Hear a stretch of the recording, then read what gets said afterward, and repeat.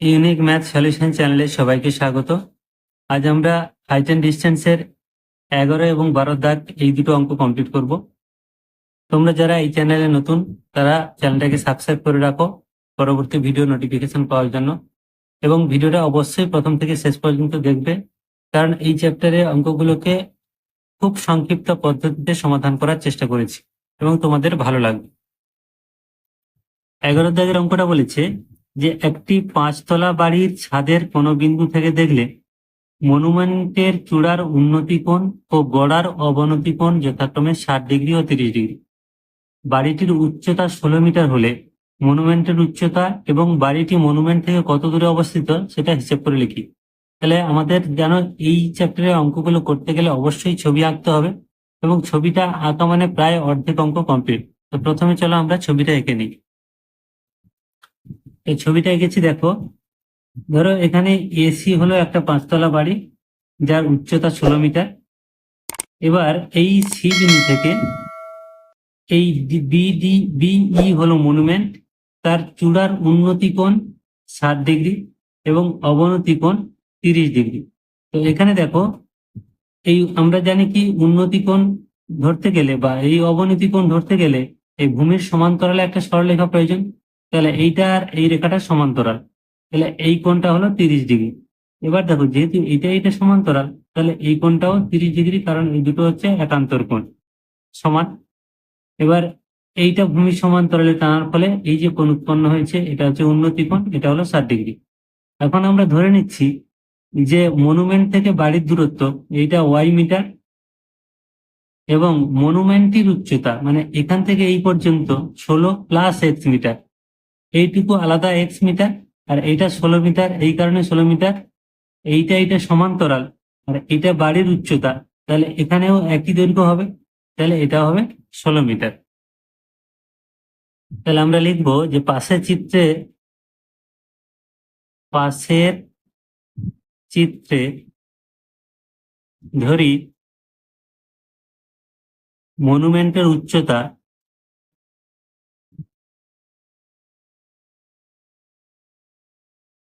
সমান 16 plus x metre. এইটা হলো মনুমেন্টের উচ্চতা, এবং বাড়িটি মনুমেন্ট থেকে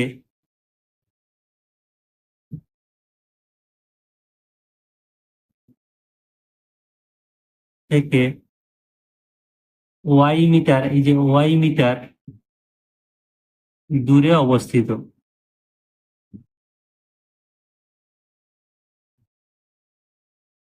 এখন সমকোণী ত্রিভুজ এই যে এ বি সি, এই এ বি সির ক্ষেত্রে আমরা যদি ধরি লম্ব হচ্ছে 16 মিটার এবং ভূমি ওয়াই মিটার, এবং কোণ কত 30 ডিগ্রি। তাহলে আমরা tan 30 দিয়ে এখানে ওয়াই এর মানটা বার করতে পারবো। তাহলে এখন সমকোণী ত্রিভুজ এ বি সি এর tan 30 ইজিক্যাল টু 16/y, বা কোনাকুনি যদি গুণ করা হয় তাহলে y ইজিক্যাল টু 16 এটা তলায় চলে যাচ্ছে tan 30, বা y ইজিক্যাল টু 16, আর tan 30 মান 1/√3, তাহলে 1/√3 এটা উল্টে গেলে হবে 16√3 এত মিটার। তাহলে মনুমেন্ট থেকে দূরত্ব হচ্ছে 16√3 মিটার। তাহলে এটা আমরা লিখে নেব যে অতএব বাড়িটি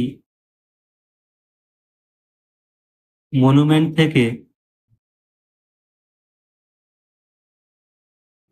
16√3 মিটার দূরে অবস্থিত। তাহলে একটা উত্তর আমরা পেলাম। তাহলে এই যে ছবিটা আছে এখানে দেখো, তাহলে এইটা হলো 16√3 মিটার, মানে এটাও 16√3 মিটার। এবার এই যে ত্রিভুজ আছে সিডিই, এই সিডিই ত্রিভুজের ক্ষেত্রে আমরা কি পাচ্ছি না 60 ডিগ্রি কোণ হয়েছে, এটা হচ্ছে লম্ব, এটা হচ্ছে ভূমি। তাহলে এখানে আমরা tan 60 দিয়ে এক্স এর মানটা নির্ণয় করব। তাহলে আবার সমকোণী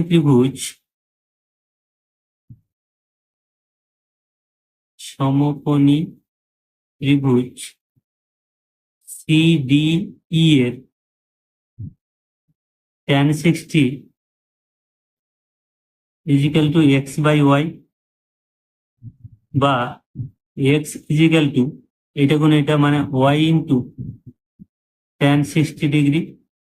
তাহলে ওয়াই এর মান আমরা আগে পেয়ে গেছি 16√3 ইন্টু tan 60 মান √3, তাহলে সমান √3 মানে 3 ছেলে 48, তাহলে 48 মিটার। তাহলে এক্স এর মান 48 মিটার, তাহলে অতএব মনুমেন্টের উচ্চতা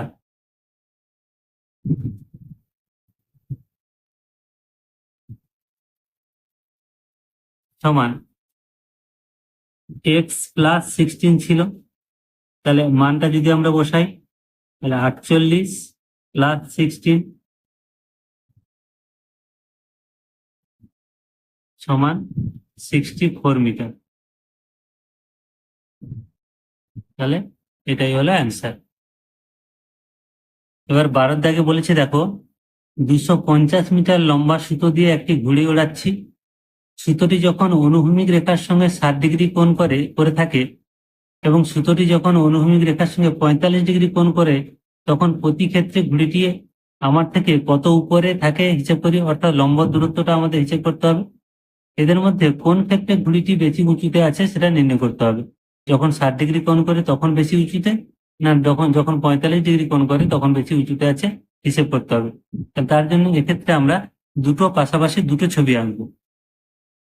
তো এক্ষেত্রে দেখো যখন অনুভূমিক রেখার সঙ্গে 60 ডিগ্রি কোণ উৎপন্ন করে, ধরি এ বি সি ত্রিভুজ হয়েছে, এই এসিটা হলো ঘুড়ির দৈর্ঘ্য, মানে যে সুতোটা দিয়ে ঘুড়ি উঠছে তার দৈর্ঘ্য, এবং এই সি বিন্দুতে ঘুড়ি উঠছে।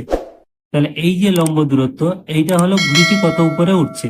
তাহলে যখন অনুভূমিক রেখার সঙ্গে 60 ডিগ্রি কোণ উৎপন্ন করেছে তখন মনে করি এক্স মিটার উঁচুতে উঠছে, আর যখন 45 ডিগ্রি কোণ উৎপন্ন করেছে এই ঘুড়ির সুতার দৈর্ঘ্য কিন্তু একই, মানে ঘুড়িতে যে সুতো বেঁধে উঠছে সেটার দৈর্ঘ্য তো চেঞ্জ হয় না, এই জন্য এক্ষেত্রে একই, কিন্তু এই হাইটটা পার্থক্য হচ্ছে। তাহলে যখন 45 ডিগ্রি কোণ উৎপন্ন করেছে তখন মনে করি ওয়াই মিটার উঁচুতে আছে। তাহলে এই হলো পাশাপাশি দুটো চিত্র। এটা আমরা লিখে নেব যে পাশের চিত্রে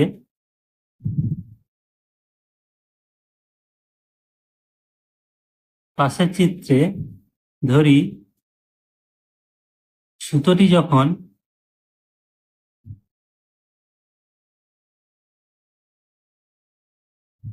অনুভূমিক রেখার সঙ্গে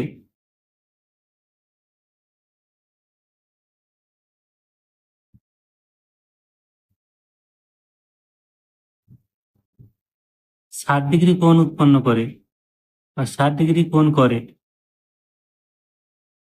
তখন ঘুড়িটি মাটি থেকে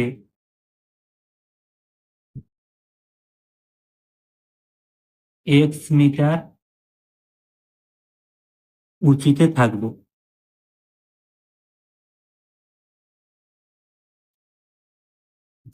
এবং যখন 45 ডিগ্রি কোণ করবে,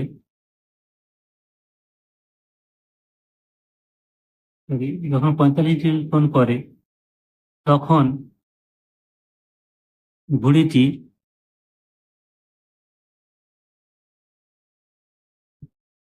ওয়াই মিটার উঁচুতে থাকবে। তো এই হলো দুটো জিনিস, যে যখন 60 ডিগ্রি কোণ উৎপন্ন করবে তখন এক্স মিটার উঁচুতে থাকবে, আর যখন 45 ডিগ্রি কোণ উৎপন্ন করবে তখন ওয়াই মিটার উঁচুতে থাকবে।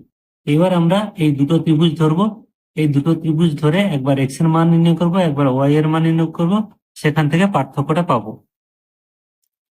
এখন সমকোণী ত্রিভুজ এবিসি এর এখন সমকোণী ত্রিভুজ এবিসি এর সাইন 60, যেহেতু লম্ববাহী অতিভুজ, sine 60 degree is equal to x by 250, বা x is equal to sine 60 degree into 250 সমান x is equal to sine 60 degree মানে √3/2 ইন্টু 250 কাটাকাটি হলে 125 সমান 125 √3 মিটার। তাহলে যখন 60 ডিগ্রি কোণ উৎপন্ন করবে তখন ঘুড়িটি এত মিটার উঁচুতে থাকবে। তাহলে অতএব যখন 60 ডিগ্রি কোণ উৎপন্ন করবে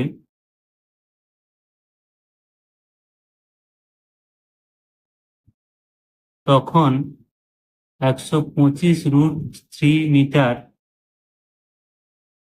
উঁচুতে থাকবে।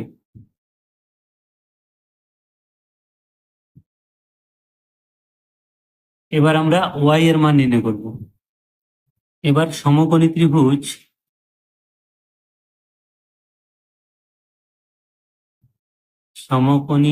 ত্রিভুজ মানে দ্বিতীয় যে ত্রিভুজটা PQR এর sine 45 degree is equal to y/250, এখানে ওয়াইটা লম্ব আর 250 অতিভুজ, বা y ইজিক্যাল টু কোণাকুণি গুণ করলে সাইন 45 ইন্টু 250, সাইন 45 মান আমরা জানি 1/√2, এত ইন্টু একবার করে দিলাম 250, বা y ইজিক্যাল টু, দেখো এখানে 1/√2 আছে, এই নিচের রুটটা তুলতে গেলে আমাদের হরের করণীয়সন করে নিতে হবে, অর্থাৎ এটাকে আমরা লিখবো 250 ইন্টু √2 বাই √2 ইন্টু √2, মানে 250 ইন্টু √2 বাই 2, তাহলে কাটলে 125 সমান হচ্ছে 125 √2 মিটার। তাহলে এক্ষেত্রে আমরা পাচ্ছি যে ঘুড়িটি 125 √2 মিটার উঁচুতে উঠবে। তাহলে অতএব যখন 45 ডিগ্রি কোণ উৎপন্ন করবে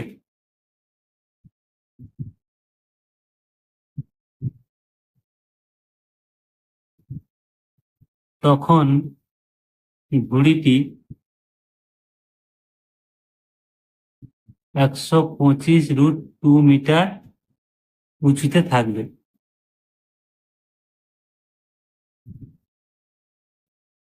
এবারে আমাদের কোশ্চেন ছিল যে কোন ক্ষেত্রে বেশি উঁচুতে থাকবে। এক্ষেত্রে কত হলো 125 √2, আর আগের ক্ষেত্রে সেটা ছিল 125 √3।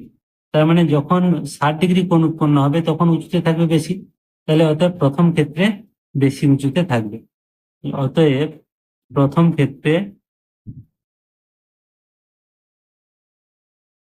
বেশি উঁচুতে থাকবে।